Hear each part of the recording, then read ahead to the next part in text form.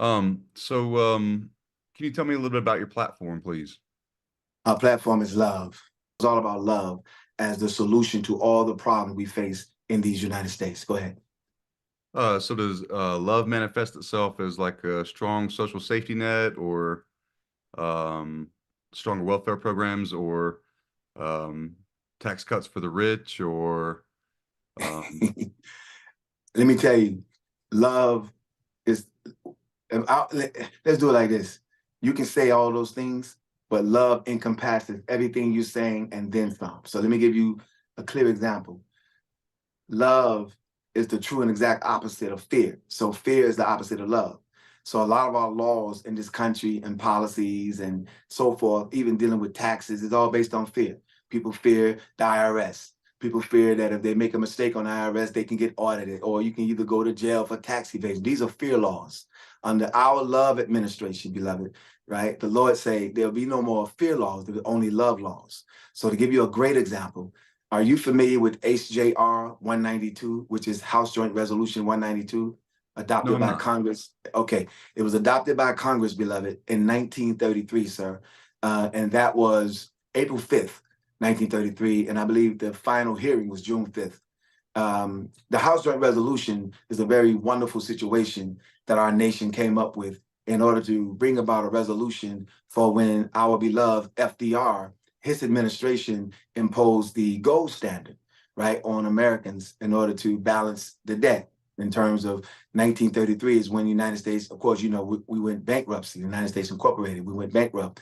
And once we went bankrupt, in order to pay the debt, we had to leverage our citizens, we had to leverage gold. So there were stiff penalties, you know that, from people who wasn't returning or turning in their gold, right? Because the FDR said, hey, turn in the gold and or go to 10 years in prison or get a $10,000 fine. And some members of Congress, such as Senator Lewis McFadden, says that's treason against the American people. And many people agreed with that. And so there was getting ready to be an entire, if you will, impeachment of the 1933 U.S. Congress until a resolution came up. And the resolution was all future debts and obligations are hereby discharged. In other words, what Congress decided was, okay, we don't have the money to pay this debt and we cannot allow ourselves to fall. And we don't want to go and be impeached or anything like that. So what they said was everyone who has a problem with us taking the gold can now have HJR 192, which is you now have the right and the ability to discharge any future obligation, any debt. So in other words, we can't give you the money back, we can't give you no gold, but you can discharge all your debt. And that was a great idea. It would have been awesome had it been for everybody, which is the original intent. However, there were certain people, you can say, who said, no, we don't want this for everyone. We only want this for the private, for a certain class, because imagine everybody having the ability to discharge debt, then how you going to govern them? This was the mentality. And so now it was only known amongst a few people. And today, if you call the Federal Reserve and try to access your trust account and your treasury to discharge debt, they say, oh, that's a fraud. And the reason why the frontline people will tell us that is because they themselves have been given this script of plausible deniability. And so what we're here to do now in the spirit of love is to free all Americans by giving you, beloved, you, for example, Rob, access to your love trust. Because on the back of our dollar bill, it says, in God we trust. Why, why does it say in God we trust on the back of a dollar bill? Because that's a trust account. And there's more to this, right? We explain it in greater detail in our video on our YouTube channel called Love Answers. And I believe if you get a chance to listen to that, I think it'll bless your soul. So tax cuts and all, no more games, right? All of these is games, okay? No more games. Everyone in America under Love's administration will be able to discharge debt up to $1 billion the way it was intended. That don't mean it's shopping spree. That means you have the ability to discharge debt. Okay, any questions or what you got? Um, no, I wasn't aware of that. I'm glad you enlightened me on that. I Yes, apologize sir. for not being more prepared and haven't already checked out your YouTube channel and stuff. It's all good, beloved. It's okay. Um, is this the first time that you ran for office? No, sir. We ran for president of the United States of America in 2020. And we started off through the Republican Party, and we finished as a write-in candidate, right? So we ranked 18 out of 38 candidates in the 2020 presidential race. So we did receive a few thousand votes across 11 states where we were certified as write-in. And in Louisiana, we were actually printed on the ballot. And so that was a blessing. It got us started. Um, what inspires you to continue to run whenever the two-party system is designed the way it is, where Biden's getting all the fanfare and all the money from the Democratic Party, which is a corporation who is supporting him? Right. Well, what inspired me to run is love, right? The spirit of love, and asking the spirit of God to give me a new chance to run again, because I made some mistakes the first time and a baton was handed to me. And because of the mistakes that I made the first time, right, the Lord took that baton and gave it to Biden. We can say whatever we want to say in the natural, but this is how it really happened in the spirit. And so there's a lot more to this. However, in terms of the Democratic Party, as you know, right, we're running through the Democratic Party. When I say running through the Democratic Party, we understand, just like you, beloved, that it is a platform. And because of this platform, we also know that we've attempted to get on every state, right, in the Democratic situation. And only New Hampshire and California obliged us, right? Florida, we were duly qualified in Florida, but because of the Democratic, let's say, constituents, right, they decided that they only wanted Biden in on certain places, and they kept me out of certain places, then that's fine, right? Love is the key. And so what we're going to do is focus on the Democratic primaries as it is. And then once the primaries are over, then we'll be ready to roll out our next step, right? For the 2024 general elections, okay? Yeah, because all those who love democracy, for real, they're gonna find their way to us. You know what I mean? And that's what we mean by love versus fear. The fear by our, let's say, those who have a platform, is that eventually American people are gonna find out about us. And they're gonna feel the rhythm of love and sincerity and truth, because it's not I that I'm representing love. And each one of us have the ability to love. This is not a religious movement, it's all about love. And we need more love in our nation. Would you agree? I would agree. I would agree. Yeah. Can you talk about the background that you chose for the interview? Like, it looks like hieroglyphics. Well, Isaiah chapter 19, verse 25, right? The Lord says, "Blessed are my people, the Egyptians." And so when Abraham Lincoln first arrived or became president of the United States, he says that America is the new Egypt. But when you begin to understand, I'm the first Nubian, right, American. Barack Obama, whom I love, was a African American president, meaning his father was from Africa, Kenya. His mother was from Kansas. His father was a black man, right, from Africa, and his mother is a white woman from Kansas. So you all had an African American president, but now it's the first time you all would ever have a Nubian American. Nubian in so much as my descendants, right, and or ancestors, if you will. I say descendants because they descended down here from an angelic race as well, right? A lot of us are linked into that descendancy, another story. However, and that includes all races, because race just means a verb. We all raced here from some star system, right? Job chapter 9, verse 9 talks about Pleiades, Orion, right? And Arcturus. All of these are star systems where real people actually exist. And the Lord sends certain people on certain missions for a reason. Mission Earth is a whole nother story within itself, but let me just give you the facts. So that's why I say descendants. But my ancestors in this genealogy, since I've been here, right, were brought over here 400 years ago during the slave trade of North Africa, from Egypt, from Sudan, from Somalia, right, Ethiopia. That's my bloodline, that's my DNA. And they were Nubians, right, Nubian people who were brought over here, and they were enslaved in America, right, starting 1619 AD. Okay, I'm not saying about the 400 years of 1619 project and all that. The United States, to be clear, wasn't a nation, you know this, until 1787. All right, we know that. And 1789 is when Washington was elected. September 3rd, 1787, I think, is when we finally, I think they finished the Constitution. I know they started the Declaration of Independence in July 4th, 1776, but I'm just saying that in context, in the spirit of love. So people can say, oh, are you saying that the country? No, there was no nation until Washington and all of them, Franklin and everybody got together and formed it with the help of our founding mothers. We have founding fathers and we also have founding mothers, right? The founding mothers are the Iroquois League of Nations. And as, let me tell you, when love steps in, we're going to acknowledge the founding mothers. I've never seen, how about you? Have you ever seen a household that only had fathers? You know what I'm saying? I mean, that's a rare thing. I've never seen that. How can we have a nation and we only acknowledge founding fathers, but not the founding mothers? Franklin and all of those guys, you know this, they went upstairs and were asking the Iroquois League of Women, right? How do we handle this? What do we do? And they said, you set up a House of Representatives and a Senate. The word Senate, right, means brother. That's all it is. It means brothers, right? It's supposed to be the wise brothers. That's what it's supposed, and the House were only women. Somewhere along the line, we've gotten tangled up, but that's another story. But so there you have it. I hope that understands.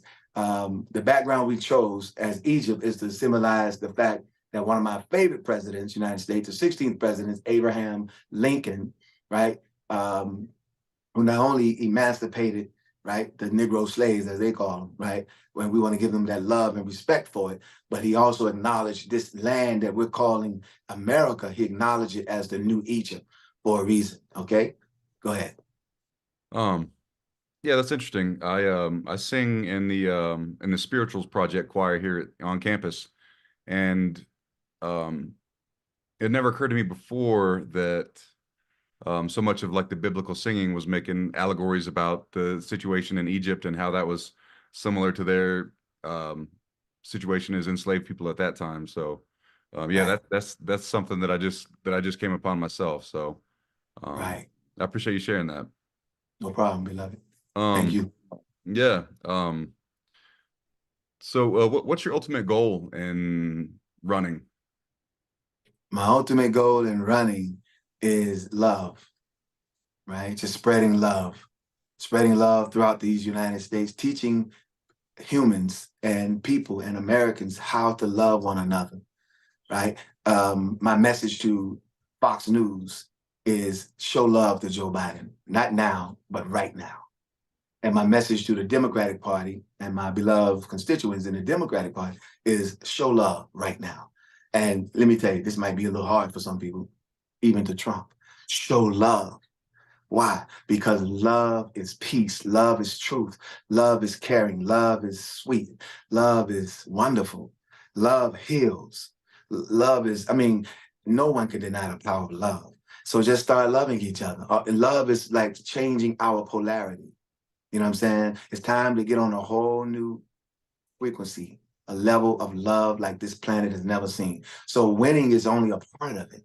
Winning and, becoming acknowledged in this natural realm as the president of the United States of America is only one big part of it. The bigger picture is spreading love and establishing, my beloved, the throne of David. And guess what the name David means? Do you know? No. Beloved. Oh, okay. Yeah, Isaiah chapter 9, verse 6, beloved, beloved. And people say, well, are you mixing church and state? And I say, go to Daniel chapter 5 in the Bible. It says Daniel, the prophet Daniel, right, was the president above all other presidents. Hello, there's a prophet in the Bible who the Lord acknowledges as the president above all the other presidents. Why? The scripture says because he stayed in the presence of God. Y'all need a president who stays in the presence of God. And remember, God is love, right? 1 John chapter 4, God is love. And so you need a president whose answer to everything is love through the omnipotent Jesus. And that's why I'm saying, so if you say church and state needs to stay separate, then the first thing we'll say, well, how about we get the word president back then? That's why my legal name is president. My middle name is R19. My last name is Boddie, B-O-D-D-I-E. Some people pronounce it as Boddie. Okay. And so here's the deal. If you say church and state, no, keep it separate. Okay, well then take the name president and give it back to us. We'll keep the name. Now how are you gonna have a state without president? You see what I'm saying? And the reality of it is Daniel was a president above every other president, but he was a spiritual man. They said he had the wisdom of the gods. And thus I'm running to represent that love, to represent that wisdom. And those of you who have that same love, that same wisdom, let's get together and let's bring H.O.P.E, heaven on planet Earth. That's hope. Go ahead. Wow, that's nice. I like the hope. That's awesome. Thank you. I apologize for mispronouncing Boddie before. It's okay. You can say Boddie, you can say Boddie, right? Just don't, you can say however way you want to say it. I was gonna make a joke, but I decided not to make a joke. But but it's fine with me. Like, man, believe me, bro. When you're talking to me, you're talking to yourself. You see what I'm saying? Like, I'm just as real as you are. And I'm probably more excited to do this interview with you than you are with me. And I'm grateful. I'm so humbled that you would even think of me, to take the time to even consider me. You know what I'm saying? The least of these. I am the least of these, right? Candidates. Okay, go ahead. I disagree, man. I really appreciate your message. Oh, well, thank you. Yeah. What does R19 signify? Well, that's a very good question, because that name was given to me through my uh, campaign liaison, Eric Stoneham, right? He was speaking to me and he said R19. And the first thing came to my spirit was Revelation chapter 19. So I legally amended my name with the name R19 in the center of it, right? And so the only state that printed R19 was Louisiana on the ballot. Every other state was like, well, we can't add numbers. But Louisiana said, oh, we'll do it. And it was dope how they set it up. So the first thing that comes to spirit is Revelation chapter 19. Now, my wife did a research a little further, and she found out that R19 is a mathematical code that, if you understand computer language or machine language, as they call it, right, it is a error message that they say pops up, that whenever a situation abounds in the computer realm and you see R19, right, the computer experts of the world would say, what do you do about R19? They'll say, there's nothing we can do about it. And that's profound, because that's the anointing that the Lord began to put on us. Finds out that I'm not the only R19. I have a son who at the time was only 5 years old, and he's very spiritual. He says, Dad, I hear an echo. I said, what is it, baby? He said, the Lord is saying that I'm R19. Then I got a phone call from another guy in Alaska, right, telling me, hey, for some reason, when I sign my name, it's R19. I get a call from one of my other sons, and he told me that his mother, right, had a visit from a carpet or a attic fiber, glass installer. And when they installed the fiberglass in her attic, she said, well, how is it? Will it be tight? She said, it's the man said it's R19. He said, well, what does that mean? And this was after I began to run for president, and with the name R19 in my middle name. And they were all amazed. And the man says, R19 means you keep good things in and bad things out. So that's what love is doing now. We're keeping the good things in, beloved, and the bad things out. That's why we say we love Trump, we love Biden, we love Haley, we love, what I'm saying? We loving everybody. And we're encouraging everybody to start loving one another. And what would this country begin to look like, right? When Fox News gets up there and say, all right, so our beloved incumbent president Biden is doing his thing today, and we wish him the best, and we're pulling for so and so. Wouldn't that be a blessing, instead of calling him this and that and saying this? And the same thing with the Democrats, right? If we all start saying, hey, we love such and such, such and such, but we think this person would be better. I mean, people can't even imagine a world that's so loving and positive. We don't even go to the movies unless there's some cussing in it, you know what I mean? Unless there's some fist fighting and some blowing up. We can't even imagine, but we have to start doing that. There's other ways to express drama than actual, hurting somebody. It's about loving. Go ahead. Um, so I'm understanding that that you're talking about love, and you mean it not in a specific way towards Christianity, but do you think that using Christianity in your platform could alienate non-believers and people of other faith? I don't really think so. And the reason why is because love is higher than Christianity. You know what I'm saying? Love is higher than religion. In fact, true love is, or real religion is true love, or true love is real religion, if you want to say that. I would say not so, because as a Nubian, like you said earlier about my background, as a Nubian, genetically, I'm also not only a Nubian, I have an Islamic background and a Hebrew background in my DNA, genetically. You know what I'm saying? So I speak Hebrew, I speak Arabic, you understand? I understand the love language of Muslims, the love language of Hebrews and the Jews and all of that. That's part of being a Messiah, right? An anointed person. And no, I'm not the Messiah, Jesus. I am a servant of Jesus Christ.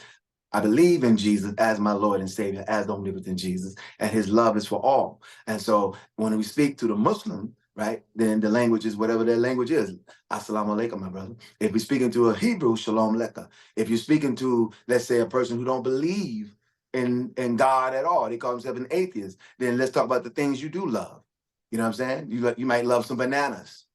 I mean, you might love cookies, you love something. And I think love transcends all those barriers. And I just see it's the way we're vibing. Because like the interview and the spirit of this love interview is you're pulling out a certain thing. But I am everybody who's in front of me. If you put a homeless person in front of me, I am that, because I was homeless. If I'm saying in California, I was homeless. In Georgia, I was homeless. In Alabama, not Alabama, Arizona. So I was born with retinitis I pigmentosa, was legally homeless in blind. Alabama. I got you. Yeah, real close, right? But you know what I mean. I've been. So the thing is, um, love, because even those who say, I may not believe in this religious message, but I'm feeling him, because we're going in so many other places. Like love is going to perfect everything. See, when there's fear, you got something to hide. When there's love, there's nothing to hide. So even the person who's an atheist be like, yo, I ain't feeling that religion, but I'm rocking with him on the HJR 192. You know what I'm saying? That $1 billion discharge. I can get with that. Because most sovereigns, right, people who are in this country who are patriots and sovereigns for real, they know that mortgage is a game. They know that the moment you sign your promissory note, you own your house. They know that mortgage is illegal. And most sovereigns, some of them don't believe in nothing other than just their own rights. They've been fighting. You see it all over YouTube. They've been fighting and fighting, fighting. They're going in and out of courts, and they're cross-examining each other, trying to figure out different ways to just to be treated fairly. Right. Well, now y'all ain't got to worry about being treated fairly no more. Now y'all got somebody in office that loves you enough and understands it. And let me tell you, I'm from the bottom, but I struggled so much, but God has truly blessed me. You understand? Like, if you knew my story, you know what I mean, which is another interview. So I understand what it's like to be totally broke, and I understand what it's like to have an American Express Gold Card. You know what I'm saying? I understand what it's like to, to buy luxury vehicles and lace my wife, right, with Versace and Gucci and all of that. But I came from the bottom. You see what I'm saying? I slept on the concrete ground as a blind man in this country. And I understand, listen, the problems of all Americans first-handedly. So any American who got that kind of love and sensibility, and if they got the ability to vote, if they hear me, then they may say, I'm feeling him on the love, and I can definitely get with him on that. You know what? Oh my God, we finally got a candidate that knows the whole truth. Trump, right? And I bless his heart, would say all Americans need to get a American dream. You can he wants to make sure everybody become a homeowner. That's good, right? Yet the reality of it is becoming a homeowner permanently without having to pay mortgage. How can I buy a house and still pay for it?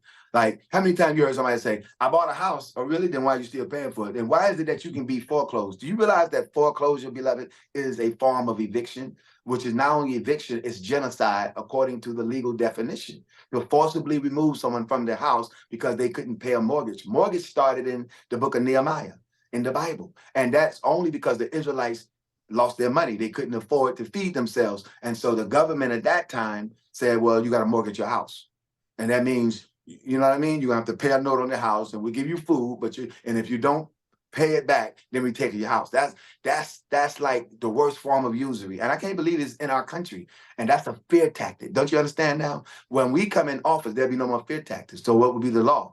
The law is already on the books. I'm not making new laws up. It's already on HJR 192. There's a law that already says possession is 1/10, excuse me, 9/10 of the law, excuse me. Possession. So if you possess your home, that's 9/10. So what's the other 1% or the other 10%? That's your taxes. So now taxes is only 10% under my administration. And those taxes are paid to the order of Melchizedek, right? Melchizedek is the highest order, Melchizedek, of which I am a member of. And that comes in. See, now you understand what we're doing. We're bringing in love and order. So you're talking about so much happiness and so much safety. Don't you know that love will solve the crime problem in these United States? Hallelujah. There'll be no more crime problem. Why? Because once you give everybody the power and ability to discharge their debt, they're not worried about how they're going to pay their light bill. Why? Because you can accept it for value. You send the form or you upload it digitally. We'll make sure you have it through our U.S. Treasury. And the U.S. Treasury is going to verify that you have a active Social Security, which is a tax identification number, and a Social Security is a bond, B-O-N-D. What is a security? The Security Exchange Commission. It's a bond. Hello. It was right there in our face the whole time. On the back of that social are numbers, which is an account number, right? Preceded by a letter. That letter is H, or in my case, L in your case. These are Federal Reserve banks, 12 in number. And these Federal Reserve are just that, reserves for federal people only. And the federal is a federation that came about in 1913, which is nothing but 6 foreign corporations that print up our American money. Now, how is it that we, right, in the United States, as Americans, right, we have to buy our money? We have to pay the Federal Reserve to print. What part of the game is that? The Federal Reserve is a foreign corporation under my administration, where they say, oh, you're going to abolish it? Let me tell you what we're going to do. We're revising it. How about that? We're going to revise it from Federal Reserve to American Reserve. Why? Because we're all Americans. And we're all Americans. Shouldn't it be reserved for us? But we don't know these federal people, and they got all these benefits, and they can discharge debt and write checks from based on thin air. Because Richard Nixon in 1971 says the U.S. dollar is backed by confidence, not gold. So, hey, that means the money is created out of thin air, and that air needs to circulate to you, Rob. You know what I'm saying? You ain't got to be worried about how you're going to pay your school bills. That's the right. But someone said, no, that's not fun. You know what I mean? Which is the first 3 letters of funeral, right? That's not fun if everybody can do it. Then who's going to be, you know what I mean? Who's going to be showing off, right? What you saying? Hey, like all the rappers, I got a $500 pair of shoes. You don't even know it. Well, we all got a $500 pair of shoes. Now what? You know what I mean? I'm not talking about no socialism on the bottom. I'm talking about wealthism on the top for everybody. Go ahead. I like that. You've won me over.